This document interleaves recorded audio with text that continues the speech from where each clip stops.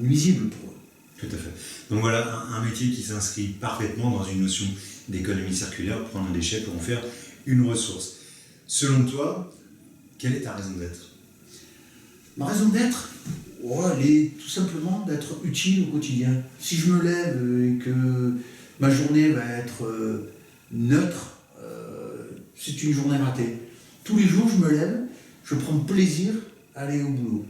Pourquoi? Parce que j'ai une équipe sympa, je fais un métier qui est très sympa. Ça fait 30 ans que je suis dans le métier, je suis dans l'environnement, donc c'est pas d'aujourd'hui. Et j'ai l'impression qu'aujourd'hui, j'ai trouvé encore un sens plus intéressant dans mon métier, c'est que je fais quelque chose localement.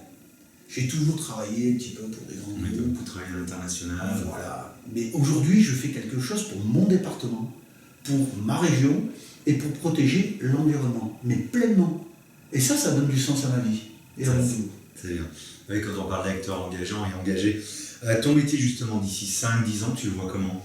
Il va exploser. Il va Il exploser. va exploser parce que de toute façon, on ne peut pas continuer à polluer comme on le fait. Le recyclage, on n'en est qu'aux prémices, même si on en entend beaucoup parler, mais aujourd'hui, le monde est fou dans son fonctionnement. On génère beaucoup de déchets qui sont totalement inutiles. Et je pense que il y a une sonnette d'alarme qui n'est pas tirée assez forte. Alors on voit aujourd'hui des gens du show business qui s'engagent. On a vu Marion Cotillard dernièrement qui est partie en Alaska. C'est sympa, mais je pense qu'il y a une prise de conscience de chaque citoyen. Et vraiment, vraiment, la sonnette d'alarme, il faut la tirer. Parce qu'on est en danger. On est réellement en danger. On est réellement dans le jeu, on est d'accord. Alors justement, là on bascule sur le deuxième volet de cette émission. Si justement tu avais une baguette magique, quelle solution, qu'est-ce que tu ferais pour... quelle serait ton action première? Ma première action, il faudrait qu'elle soit vraiment efficace, cette baguette magique.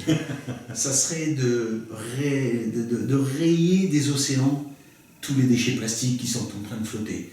Parce qu'on est on a parlé du 6e continent à une époque. Oui. Mais aujourd'hui, on peut parler du 7e continent. Parce que les courants marins arrivent à éparpiller un petit peu toute cette saloperie que nous rejetons. Et si j'avais une baguette magique encore plus puissante, je sanctionnerais, mais je rendrais incapable de consommer tous ces sauvages qui, par fainéantise, au lieu d'avoir un geste responsable et de jeter dans un endroit dédié à cet effet, rejettent un mégot de cigarette, une bouteille sur une plage ou quoi que ce soit. Ces gens-là, il faudrait les sanctionner. Voilà. Et j'aimerais être justicier à ce niveau-là. Un Avenger. Alors sache que déjà chez INRSO Trust, rien n'est impossible, on va dire. on a un petit côté un peu sorcier, c'est pour ça. Alors là, on va passer au troisième volet, qui est le volet de l'enfant. Quel type d'enfant ou d'adolescent étais-tu? Plutôt joueur, plutôt studio?